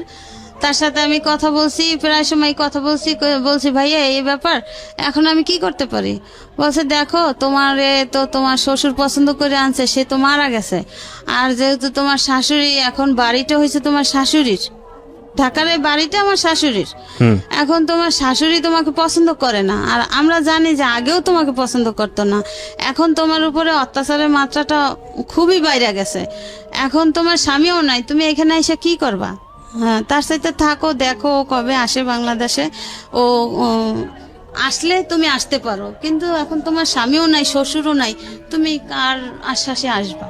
কিন্তু সে তোমাকে রাখতে চায় না, তার ঘরে সে তোমাকে থাকতে দিবে না। ও এর ভিতরে একটা জটিল কথা রেখে গেছি ভাইয়া। কথা হয়েছে আমার শাশুড়ি আমার সাথে একে তো আমাকে পছন্দ করতো না, ঠিক আছে, আরো মনে করেন আমার যে কয়েকটা ননদ আছে বড় বড়, হ্যাঁ, ওরা না মনে করেন বিভিন্ন রকমের ছেলেদের ঘরে আইনা আড্ডা দিত, তো ওগুলো আমি পছন্দ করতাম না, তাই আমার রুমে পর্যন্ত নিয়ে যাইতো। তো আমি একদিন আমার ননদদেরকে বলি কি যে দেখো, তোমরা যা করো ওই ড্রয়িং রুমে, অন্য রুমে করো, কিন্তু আমরা এই পরিবেশে বড় হই না, আর এগুলো আমার ভাল লাগে না, আমার বিছানায় কেউ আইসো না। আর শাশুড়িকে বলছি কি যে আম্মা, এগুলো তো আপনার মেয়ে, এদেরকে বিয়ে দিতে হবে, আর ওরা যা করে এগুলো আবার আমার শ্বশুর পছন্দ করতো না। কি রে ভাই, সত্যি কথা বলি, এখানে বসে কেউ মিথ্যা কথা বলতে পারবে না। তো এই কাজটা করতো গিয়ে আপনার এক স্কুলের যে ব্যাচেলার স্যাররা আছে না, ব্যাচেলার ভাড়া দিত, দোতলায় ব্যাচেলার ভাড়া দিত। তো রাতের বেলা তারা টিভি ড্রয়িং রুম আছে না, ওই রুমে বসে আড্ডা গল্প গুজব করতো। পরে মনে করেন তো এখন ওই ভাসুরের সাথে আমি এইভাবে আলাপ করছি, আলাপ করার পরে মনে করেন ভাসুর আমাকে এইভাবে বললো। এগুলো কি ডিভোর্সের পরের ঘটনা, ডিভোর্সের আগের ঘটনা? না, আমি তো ডিভোর্স পাই নাই এই ব্যাপারে। তখন ডিভোর্স হয়ে গেছে অলরেডি? আমি তো জানি না, আজও পাই নাই ভাই। মানে এই ঘটনার পরেও আপনি এগুলো কন্টিনিউ করে গেছেন? ডিভোর্স আপনাকে জানাইছে আপনার ভাইকে? তো আপনার ভাই আপনাকে বলেনি যে এটা করেছে? না, ভাই বলছে যে তোর শাশুড়ি এই কথা বলছে, সে অন্য লোক দিয়ে আর কি, ওই যে যারা রায়বাড়ি করছে না, সেই রাইবারদের মাধ্যমে যে তাদেরকে বলেন আইসা বুঝা নিতে কাবিনের টাকা টোকা। আচ্ছা, তো আপনি কি করলেন এরপরে? তো এরপরে মনে করেন এখন আমি ওই উকিলের সাথে কথা বললাম, আমার ভাসুরের সাথে। সে বলছে যে দেখো, আপনার ভাসুর আপনার উকিল? আমার উকিল না, আমার এক খালাতো ভাসুর উকিল। ওকে, আচ্ছা, তারপর? মানে তার সাথে আমি আলাপ করছি এই কথা শোনার পরে যে ভাইয়া এরকমের শুনি, বলে তুমি লোকমুখে কথা শুনবা কেন, এটা তো যদি তারা এই কাজটা করে থাকে তাহলে তো সেটা তোমার কাছে যাবে। হ্যাঁ, তুমি যাইলে পরে তুমি কিছু বলতে পারো, কিছু করতে পারো, সেটা তুমি অ্যাকসেপ্ট করলে করতে পারো, না করলে না করতে পারো, কিন্তু তুমি লোক মুখের কথা কেন শুনবা? হ্যাঁ, এটা হইতে পারে না, এটা কেন হবে? এরপরে আমি বলছি তাহলে এখন আমি কি করতে পারি? বলে দেখো তুমি ধৈর্য ধরো, তুমি এত বছর শ্বশুর বাড়ি স্বামী ছাড়া ছিল না, এখনো তুমি থাকো, যেহেতু বাপের বাড়ি দিয়ে আসছে থাকো, ভাই বেড়াদাররা তো ফালাই দিবে না, থাকো, দেখো ও কবে আসে, তখন তুমি আইসো। এখন যেহেতু তোমার শাশুড়ির বাড়ি, এটা তোমার স্বামীরও বাড়ি না, শ্বশুরেরও বাড়ি না, এখন যেহেতু তোমার এখানে অ্যাকসেপ্ট করতেছে না, সে পছন্দ করে না, আগেও করে না, এখনো করে না, তো এখন তুমি এখানে এসে কি করবা? যাক তুমি ওখানে থাকো। এই আমার ওই ভাসুর বলল যে এটা তো তুমি পাও না, তুমি লোক মুখের কথা কেন শুনবা? এটা তো যদি সত্যিকারে হয়ে থাকে তুমি তো এটা পাবা, তোমার কাছে যাবে, পিয়ন নিয়ে যাবে। হ্যাঁ, যাক ভালো কথা। এরপরে সে 15 সালে আসছে, আমার স্বামী 15 সালে আসছে, সেই 12 সালে যাইয়া আবার 15 সালে আসছে। আসার পরে আমি মনে করেন লোকের কাছে শুই না, আমি ছেলেকে নিয়ে আয়সা করছি। আয়সা শুনি কি যে সে যেদিন আসছে তার পরের দিনে আমার শাশুড়ি তাকে লুকাইছে, মানে আমি যেন আসলে না পাই বা বাড়িতে না উঠতে পারি, এই জন্য সে কুয়াকাটা তার বোন আছে, বোনদের বাড়ি পাঠাই দিছে। আচ্ছা, লুকানোর পরে কি হয়েছে? এরপরে আমি মনে করেন তাদেরই আত্মীয় স্বজনরা আমারে ফোন করে বলছে যে ও তো আসছে, ও এরকমের এইখানে আছে, তো যেহেতু তুমি ঢাকাতে যাইতে নিয়েও শুনলা যে নাই, তো তুমি তোমার স্বামীর কাছে যাইতে পারো, গিয়ে দেখো যে কি বলে। এরপরে আমারে তারা ঠিকানা দিল, যাদের বাড়ি আছে তারই ভাই আমারে ঠিকানা দিল যে ভাবি তোমার তো ছেলে বড় হয়েছে, তোমার ভয় কি, তুমি ছেলে নিয়ে যাও ভাইয়ার মুখোমুখি হও, কি বলে সেটা বলো। এরপরে ভাই আমি সেই কুয়াকাটা আমার এই ছেলে নিয়ে গেলাম। যাই দেখি কি যে সে শোয়া, সে ওইখানের এক আর্মিতে আগে চাকরি করতো, সে রিটায়ার্ড, ওই এক বুড়া আঙ্কেলকে নিয়ে গেলাম। নিয়ে যাওয়ার পরে আঙ্কেল জিজ্ঞাসা করলো যে তুমি কি এই মহিলাকে চিনো, তুমি কোথা থেকে আসছো? আমার বাড়ি ঢাকা। বলে তাহলে তুমি কি এই ছেলেটা এই মহিলা চিনো? কয় হ্যাঁ। কারা কারা? কয় আমার স্ত্রী সন্তান। আমার স্ত্রী সন্তান? কয় তোমার স্ত্রী সন্তান শিওর? কয় হ্যাঁ। কয় তাইলে তুমি স্ত্রী সন্তান তোমাকে খুঁজতে আসছে কেন, তুমি এখানে কেন? বলে আমি খালার বাসায় বেড়াইতে আসছি। হ্যাঁ, বলছে বেড়াইতে আসছো, তাহলে তোমার স্ত্রী সন্তান তোমাকে খোঁজে কেন? তা স্ত্রী সন্তান কোথায় থাকে? বলে সে তার বাবার বাড়ি থাকে। বলে তুমি কোথায় থাকো? বলে আমি তো বিদেশি ছিলাম, আমি আসছি, আমি আয়শা খালার বাড়িতে আসছি, খালা তো ভাইয়ের বাড়িতে আসছি, বেড়াইতে আসছি। বেড়াইতে আসছো, বউয়ের সাথে যোগাযোগ করো নাই? বলে যে না, আমার মা নিষেধ করছে। এটা কি মা ভক্তি নাকি কি বলবো এটাকে জানি না, মানে স্টুপিডিটির একটা সীমা থাকা উচিত। হ্যাঁ বলেন তারপর। এরপরে মনে করেন লুকাইয়া এরপরে ওইখানের লোকজন, ওই আর্মির যে ওই কাকা মনে করেন আরো লোকজন ডাকছে, বা ওই যে খালাতো ভাইয়ের বাসায় গেছে, মানে হেরা ভাই বোনা, ওরা ভাই বোনেরা সবাই বসছে। বসার পরে বলছে যে তুই এইভাবে লুকোচুরি কেন করো, তুই কি বউ রাখবি না রাখবি না? বলে কি যে না, আমি তো আমার মায় তো আমার বিয়ে করাইবে, আমি তো এরে নিয়ে বাসায় উঠতে পারবো না, আমার মায় এরে নিয়ে বাসায় উঠতে দেবে না। তাহলে তুই কি করবি? ওই আর্মি কাকা জিজ্ঞেস, তাহলে তুমি কি করবা? তুমি কি এই বউ নেবা না কি আমরা পুলিশ খবর দেব তোমাকে? এখন বলে কি না না কাকা, আমি নেব, আমি আমার স্ত্রী সন্তান নেব। এই কই ঠিক আছে, মিল টিল হয়ে গেছে। সেই বিকালবেলা তখন আর কি ওর মায়ের ফোন দিছে, ওই কাকাই ওর বাবার নাম্বার দিয়ে ফোন দিছে। ফোন দেওয়ার পরে ওর মা ওর দাদি বলে কি যে ও যদি ওই বউ নিয়ে আসে আমি আমার ঘরে উঠতে দেব না। আমি ও বউ আগেও মানি না, এখনো মানি না, এখন তো মানার কোনো প্রশ্নই আসে না। আমি তো বউ বের করিয়ে দিছি বাড়ি থেকে, আমি কি বাড়িতে উঠানোর জন্য বের করছি? আমি তো বের করার জন্যই বের করছি। আমি মানি না, আমি আমার ছেলেকে আমার পছন্দ মতো বিয়ে করাবো। এরপরে তারা জিজ্ঞাসা করলো যে তোমার মা তো এটা বললো, এখন এটা তো তোমার স্ত্রী, তোমার সন্তান, তোমার মা কি করলো ওটা তো দেখার দরকার নাই, তোমারটা তোমাকে বুঝে নিতে হবে। বলছে হ্যাঁ আমি স্ত্রী সন্তান নিয়ে ঢাকাতে যাব। ঠিক আছে, ভালো কথা। এরপরে তারে শিখাইয়া দিল না কি করলো, সে সন্ধ্যার পরে সারাদিন এই ছেলে নিয়ে ঘুরলো, আমার সাথে কথা বললো। কথা টথা বলার পরে সে সন্ধ্যার পরে ওখান থেকে পালাই আইসা পড়ে আমাকে, আমার ছেলেকে রাইখা ওখান থেকে তার ওই খালাতো ভাইয়ের বাসা থেকে পালাই আইসা পড়ে। এখন তারে ফোন দেয়, তার ফোন বন্ধ। সে পালাইয়া আইসা কোথায় আসে, তার আমতলি, আবার তার বোনের শ্বশুর বাড়ি আছে ওখানে। এরপরে আবার আমি খুঁজতে খুঁজতে খুঁজতে খুঁজতে সেই 15 সালে কোরবানির সময় আমি খুঁজতে খুঁজতে ছেলে নিয়ে আবার তার কাছে গেছি। যে কিভাবে আমি চাইছি যে আমার এত বছরের সংসার, আমার ছেলেটা বড় হয়ে যায়, আমার সংসারটা ঠিক থাকুক, আমার ছেলেটার মান সম্মান ঠিক থাকুক, সে সমাজে মাথা বড় হয়ে সে বাঁচুক, সে ভালো একটা স্কুল কলেজে লেখাপড়া করুক। এই আমি তাকে নিয়ে আসলাম, সে আমাদের সাথে আসলো। আয়সা সপ্তাহখানে ছিল, আমার বোনের বাসায় বেড়াইছি তাকে নিয়ে। এরপরে আমি হেদের বাড়িতে গেছি। হেদের বাড়িতে যাওয়ার পরে হ্যার মা আমার চাচি শাশুড়ির ফোন দিয়ে বলে যে ওরা জিজ্ঞাসা করেন যে ও কি আমার সম্পত্তি চায় না ওর স্ত্রী সন্তান চায়।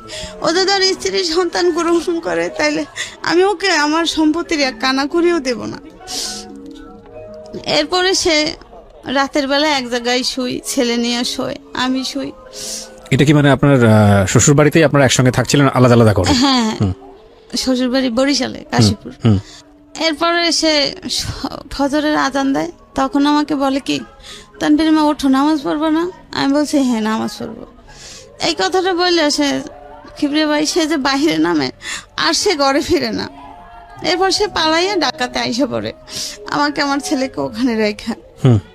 এখন আমার চাচি শাশুড়ি বলে কি, আমার সেই চাচা শ্বশুর বাহিরে থাকে থাইল্যান্ডে। এখন আমার চাচি শাশুড়ি বলে কি যে তোমরা বাড়িতে চলে যাও, আমি ঢাকা যাব। এদিকে তার আবার আমার চাচা তো দেবর একটা মেয়ে নিয়ে ঢাকাতে এসে পড়ছে, এই খবর জানতে পারছে, এখন সে ঢাকাতে আসবে। এখন আমি কার কাছে থাকবো? এরপর আমি আমার বাবার বাড়ি চলে যাই। যাওয়ার পরে মানে সপ্তাহখানে পরে আমাকে একজনে ফোন দিয়ে বলে কি যে তুমি দেশে আছো, তোমার স্বামী বিয়ে করে বউ নিয়ে আসছে। আমার শাশুড়ি অলরেডি সে নিজে দাঁড়াই থেকে তাকে বিয়ে করায়। আমার শাশুড়ি নিজে দাঁড়াই থেকে বিয়ে করে, মানে আপনি ছিলেন ওই সময়? আমি তো বাড়িতে মানে আপনার নিজের বাড়িতে, মায়ের বাড়িতে? হ্যাঁ, আমি আমার মায়ের বাড়িতে। ওকে। এখন আমাকে একজন ফোন করে বলে যে তারই ওদেরই বাড়ির এক ভাড়াটিয়া বলে যে ভাবি তুমি দেশে কি করো, তোমার স্বামী দিয়ে বিয়ে করে আর একটা বউ আনছে। এরপরে আমি কথাটা শুনে আমি ছেলেরে বললাম কি তানভীর তোর বাবা তো বাড়িতে, হ্যাঁ তাই তোর বাবা নাকি বিয়া করছে, তোর দাদি বিয়া করাইছে, বউ আনছে। ছেলে বলে কি চলো আমরা যাই বাড়িতে। এই 15 সালে কি রে ভাই। এরপরে বাড়িতে আসছি। এর আগে আমার স্বামী আসার বাংলাদেশে আসছে সেই কথা শুই না আমি বাড়িতে আরো একবার আসছি। যে আমার শাশুড়ি আমার স্বামীকে আমার সন্তানের মুখোমুখি হতে দেয় নাই। সে ঘর থেকে যখনই আমরা দরজা নক করছি লুকিং গ্লাস দিয়ে দেখে সে অন্য রুম দিয়ে সরাইতেছে, কইছে বউ বাচ্চার সামনে তুই যাবি না, তুই ঘর থেকে বের হয়ে যা। আমরা এক দরজা রুমে ঢুকছি, আর এক দরজা খুলে দিয়ে সে বাইরে বের করে দিয়েছে। তার আগে বিয়ে হয়ে গেছে। এরপর বিয়ে করে বউ আনছে। পরে আমি গেছি আমার ছেলেকে নিয়ে, দুপুরবেলা যাই উঠছি, সে শুক্রবার দিন বউ নিয়ে আসছে। আমি এর পরের দিনই শনিবার দিন যাই আবার বাসায় উঠছি। বাসায় ওঠার পরে ছেলে জিজ্ঞাসা করে আব্বু ওই মহিলাকে? বলে কে? তোর একটা আন্টি। কয় আন্টি কোথা থেকে আসলো? কেমন আন্টি? বলে কি যে তোর আন্টি। কয় আন্টির পরিচয় তো দিবা, আন্টি কিরকমের আন্টি, কোথাকার আন্টি, কোথা থেকে আসছে? এখন সে কথা বলে না। এখন আমার ওর দাদি ওইটা বলে কি যে এটা তোর আব্বু বিয়া করছে, তোর আব্বুরে বিয়া করাইছি। ওই সেই মেয়ে নাকি ওর নতুন কোনো বউ? নতুন অন্য কোনো মেয়ে। আচ্ছা। তোর বাপেরে বিয়া করাইছি, আমি বিয়া করাইছি, তোর সমস্যা কি? এবার ও বলে কি যে আমার সমস্যা কি মানে আমার মা থাকতে আমার বাপ আর একটা বিয়ে করবে কেন? কারণ কি? আমার বাপ তো এত বছর ছিল না, এখন বাংলাদেশে আইসা সে পাগলামি কেন করবে? হুম। কি কারণ? আমি তো বড় হয়েছি, তার কিছু প্রশ্ন থাকলে সে আমাকে করতে পারে। হুম তো কয় তুই ছেলে মানুষ, তোর দ্বারা কইব কি? একটা পুরুষ মানুষ 5টা বিয়ে করতে পারে, সমস্যা নেই। বলছে বিয়ে করতে পারে, ভালো কথা। আমার মায়ের তো অনুমতি নেবে, আমার মায়ের কাছে সাজেশন নেবে না সে? আমার মা যদি বলে তাহলে সে বিয়ে করবে, তা না হলে সে কিভাবে বিয়ে করে? কত ছেলে মানুষ, তোর কাছে এত কথা বলবো কি? যা তুই প্রসেসর আনছে। আমার স্বামীরে ওর বাবারে সে ঘর থেকে বের করে দেয়। কে বের করে দেয়? ওর দাদি। আচ্ছা। এখন আমরা যেহেতু উপস্থিত হয়েছি, এখন একটা ঝামেলা হইতে পারে। হ্যাঁ, তো ওরে বারবার কাকি তুই যা। ও সামনে গিয়ে দাঁড়াইছে, আবু তুমি কোথায় যাও? আমি একটু বাহিরে যাই, কাজ আছে। ঠিক আছে, তোমার বাহিরে কোথায় কাজ? চলো আমি তোমার সাথে যাব। ওর দাদি ওরে টাইনা ধরে, কেন তুই যাবি? ও যাইবো ওর কাজে, তোর সমস্যা কি? তুই কই যাবি? তুই ওই পাশে যাইয়ে ব। এইভাবে করতে করতে মনে করেন এখন ওর বাবারে যখন এক পর্যায়ে ও ঘর থেকে বের হইতে না দেয়, ওই মুহূর্তে আমার মেজ ননদের মেয়ের জামাই, সে গাজীপুরে সমরাস্ত্র কারখানায় চাকরি করে, ওরাও উপস্থিত ছিল ওখানে। তো ওরে রুমের ভিতরে টাইনা নিয়া এর ভিতরে আমার শাশুড়ি আমার রুমের ভিতরে টাইনা নিয়া আমার আচ্ছা মতো মারছে। এরপরে ওই তার মেয়ের নাতি জামাই ওরে ঘুষাইতে ঘুষাইতে ওরে বিছানার উপরে বেহুশ করে ফেলাইছে। এভাবে মারধর করিয়া রুমের ভিতরে তালা মেরে দিয়া তারা থানায় যাইয়ে পুলিশ নিয়ে আসছে।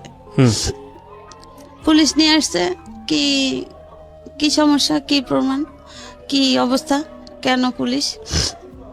এখন বলে কি যে আমরা এই বউ সাইডে দিছি, এরপরে বউ আইয়া জ্বালাতন করে, আমাদের বউ আইয়া আমাকে ডিস্টার্ব করে। এরপরে এলাকার লোকজনও কিছু কিছু আসছে, আইসা আমারে জিজ্ঞাসা করছে। এবার আমি বলছি যে কাকা এই ব্যাপার, আমার এরকমের অসুস্থ ছিলাম, আমার দেশে দিয়ে আসছে আমার শ্বশুর মারা যাওয়ার পরে, আপনারা তো সবই জানেন এলাকার লোক। তো এখন আমি আসছি, আমি আরো 2বার আসছি, তখনও আমার ঘরে উঠতে দেয় না আমার শাশুড়ি। আমার স্বামী লুকায়ে লুকায়ে গেছে, আমি এইভাবে তারে খুঁজে খুঁজে আনছি, এখন সে আইসা বিয়া করছে। হ্যাঁ, এখন আমার সাথে এরকমের হয়েছে। তোমার সাথে কি কোনো ডিভোর্স হয়েছে? আমি বলছি না কাকা, আমি এরকমের কোনো প্রমাণ, কোনো কাগজ আমি পাই নাই। বলছে কত বছর? আমি বলছি এই যে তানবীরের দাদা মারা যাওয়ার পর থেকে 12 সাল থেকে এই ঘটনা। তো এরপরে এরা জিজ্ঞাসা করছে, পুলিশ জানছে, পুলিশেরা জিজ্ঞাসা করছে যে আপনারা কি ডিভোর্স দিয়েছেন, তাহলে তার কাগজ কই? কাগজ দেন, আপনাদের কাছে কি কাগজ আছে? আমাকে জিজ্ঞাসা করছে আপনি কি এরকম কোনো কাগজ পাইছেন? আমি বলছি জি না স্যার, আমার স্বামী যাওয়ার সময় আমাকে এই কথা বইলে গেছে, এরপর আর তার সাথে আমার কোনো যোগাযোগ নাই, সে আমাকে কোনো খোঁজ খবর নেয় নাই। এখন আমি আসছি, তারা আমার সাথে এরকম ব্যবহার করতেছে। এরপরে তারা কি একটা কাগজ দেখাইলো, দেখানোর পরে ওই পুলিশরাই বলতেছে যে আপনারা যে ডিভোর্স করছেন এখানে তো মেয়ের সিগনেচার থাকবে, তারপরে মেয়ের দেনা পাওনা কি আপনারা শোধ করছেন? আমার শাশুড়ি বলে কি যে তারে সাচ্ছি, সে নেয় নাই। এরপরে একজন মুরব্বী আছে, মুরব্বী বলে এটা কি মগের মুল্লুক যে তোমরা তারে বলছো যে সাইডে দেশো হেইতে হইয়া গেছে, তোমরা তারে কাবিনের টাকা সাচ্ছ, কাবিনের টাকা তো তোমাদের সারতে হবে না, তোমরা যদি ডিভোর্স দিয়ে থাকো তাহলে এরা তো সে আইনত ভাবে এমনি পেয়ে যাবে। আইনত ভাবে সে পাবে, সে কাগজে সিগনেচার করুক বা না করুক সেটা আইন কথা। এরপরে মনে করেন হেরা ওইভাবে মাইরা টাইরা যে দক্ষিণখান থানায় তারা টাকা দিয়ে আসছে যাতে আমি কোনো কেস মামলা কিছু না করতে পারি। হ্যাঁ, তো আমার এই অবস্থায় ওইখানের একজন লোক নিয়ে গেল, আমি তো থানা টানা চিনি না, এরা নিয়ে গেল বিকাল দিকদা, এই মারামারি তো করছে দুপুর দিকদা। এরপরে ওই পুলিশরাও বলল যে না এটা তো হবে না, ঠিক আছে তুমি যেহেতু এই তোমার ছেলে। আমি বলছি জি স্যার এই আমার ছেলে। হ্যাঁ, বলে যে ছেলে তো যথেষ্ট বড়, ছেলে তো আর ছোট না, ছেলেও তো কিছু বলতে পারে, ঠিক আছে তুমি আইনের আশ্রয় নাও, এই কথা আমারে বলল। এরপরে আমি একজন লোক নিয়ে আমি দক্ষিণখান থানায় গেলাম। দক্ষিণখান থানায় যাওয়ার পরে ঘটনা বললাম যে স্যার এই ঘটনা। তো একজন ওসি কেস লিখতে নিয়ে অর্ধেক লেখছে স্যার ভাইয়া, লেখার পরে তার একটা ফোন আসছে, সে কাগজটা ছিঁড়ে ফালাই দিছে সঙ্গে সঙ্গে। হ্যাঁ, সে ওই যে লেখছে যতটুকু আমার শিকার অব্দি আমার মুখের জবান, সে ওই কাগজটা ফালাই দিছে। এখন সে আর আমাকে কিছু জিজ্ঞাসাও করে না আর কিছু লেখেও না। এখন আমি অনেক সময় বসে আছি, বসে আছি, পর আমি যাকে নিয়ে গেছি সে আবার আমার ইশারা দিয়ে ডাকছে, বলছে কি ব্যাপার, তুমি কাগজটা এখনো আনতে পারো নাই? আমি বলছি ভাইয়া উনি তো কাগজটা লিখতেছে না, উনি কাগজটা লিখতেছিল, একটা ফোন আসছে, উনি কাগজটা ছিঁড়ে ফালাই দিছে, এরপর তো আমাকে কিছু জিজ্ঞাসা করে না, লেখাও না। হুম। এরপর ওই লোক গেছে যে এ মহিলার কি খবর, কি কি অবস্থা, মহিলা কতক্ষণ যাবত আইসা বসে আছে। এরপর ওই দারোগা না ওসি সে বলছে যে এ মহিলার অন্য রুমে পাঠাই দেন, এখানে আমি কিছু করতে পারবো না, এটা আমি করি না, এই এলাকাটা আমি করি না। এরপরে অন্য রুমে গেলাম, অন্য রুমেও জিজ্ঞাসাবাদ করার পরে আমার নামটা যখন জিজ্ঞাসা করলো, আমি যখন ঠিকানাটা বললাম, সেও অফ হয়ে গেছে, সেও আর কিছু বলে না। এরপরে আমি কই কি ব্যাপার ভাই, আমি কি বসে থাকবো? এরপর কিছুক্ষণ পর আবার ওই লোক, কি ব্যাপার আপনার কাজ হয় নাই? আমি বলছি না, উনি তো কিছু বলে না, উনি তো কিছু করতেছে না। এরপরে ওই লোক জিজ্ঞাসা করলো যে কি ব্যাপার, কি সমস্যা? বলছে না এখানে কিছু হবে না, এর কোর্টে যাইতে হবে। হুম। তখন ডিসেম্বর মাস, এর কোর্টে যাইতে হবে। তা কোর্টে কিভাবে যাব? কোর্টে কেন? যে এর মীমাংসা হইতে হলে তার কোর্টে যাইতে হবে, কারণ আমার সাথে তো, আমি তো ছেলে নিয়ে গেছি, আমার সাথে তো আর কেউ নাই, আর আমি এখন কোর্টে কিভাবে যাব? এরপরে যাই হোক, এদিকে আমার ছোট ননদের হাজবেন্ড হে আমার ফোনে ফোনে বলতো যে ভাবি তুমি ওই জায়গায় যাও, ওই জায়গায় যাও। হ্যাঁ, কিন্তু এটা ছিল তাদের সম্পূর্ণই, আমার ননদের হাজবেন্ড যে আমাকে বলতো, আমি তো ভাবতাম যে হয়তো একটা সংসারের কেউ ভালোবাসে, কেউ ভালোবাসে না, এটাই স্বাভাবিক, একজন না একজন তো সাথে আছে। তো এর কথা মতো আমি কাজ করতাম, কিন্তু পরে জানতে পারলাম যে এটা সম্পূর্ণ তাদের সাজানো। আচ্ছা। এরপরে মনে করেন এই যে গেলাম, মাইটের খাইয়া আর কিছু করতে পারলাম না। এবার ছেলে নিয়ে দেশে চলে গেলাম, দেশে যাই এভাবে করে ছেলের এসএসসি পাস করাইলাম। এখন ছেলে কলেজে পড়ে, আর আমার স্বামী সেই যে গেছে আর আসে নাই। ওকে। এখন আর সে বাংলাদেশে আসে নাই, আর এই পর্যন্ত কোনো যোগাযোগও নাই, ছেলেরও কোনো খোঁজ খবর নেয় না। আমি ভাই ছেলেটা নিয়ে অনেক সমস্যা আছে, যে মনে করেন আমার বাবা মা নাই, আমার ভাই বেরাদাররা যার যার সংসার নিয়ে ব্যস্ত, আমি ছেলেটাকে নিয়ে কিভাবে মানুষ করি? আর আমি একটা স্কুলে চাকরি করি, সেখানে সামান্য কিছু বেতন পাই। ডিভোর্স হয়েছে আপনার কবে, কত সালে এটা?